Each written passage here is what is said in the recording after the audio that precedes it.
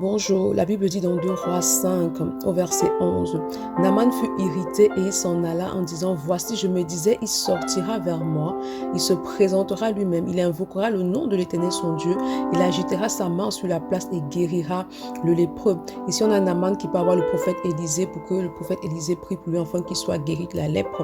Lorsqu'il arrive, le prophète Élisée lui donne des instructions, des consignes qu'il devait aller se plonger, justement se laver 7 fois dans le Jourdain et il serait plus la lèpre, devait quitter de son corps. Mais en fait, il s'attendait à ce que le prophète dise quelque chose de spécifique et le prophète ne l'a pas dit. Et parce que le prophète ne l'a pas dit, il a failli manquer de recevoir sa guérison. Pareil pour toi.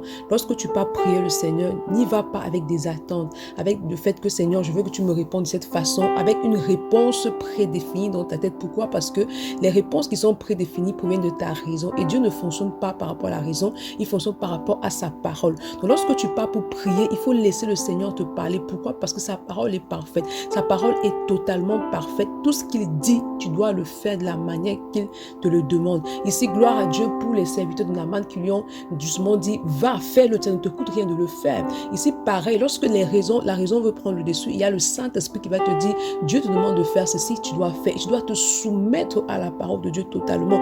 Ne va pas dans la présence de Dieu avec des attentes, mais va afin de recevoir une réponse parfaite qui vient de lui. Bonne journée. Shalom.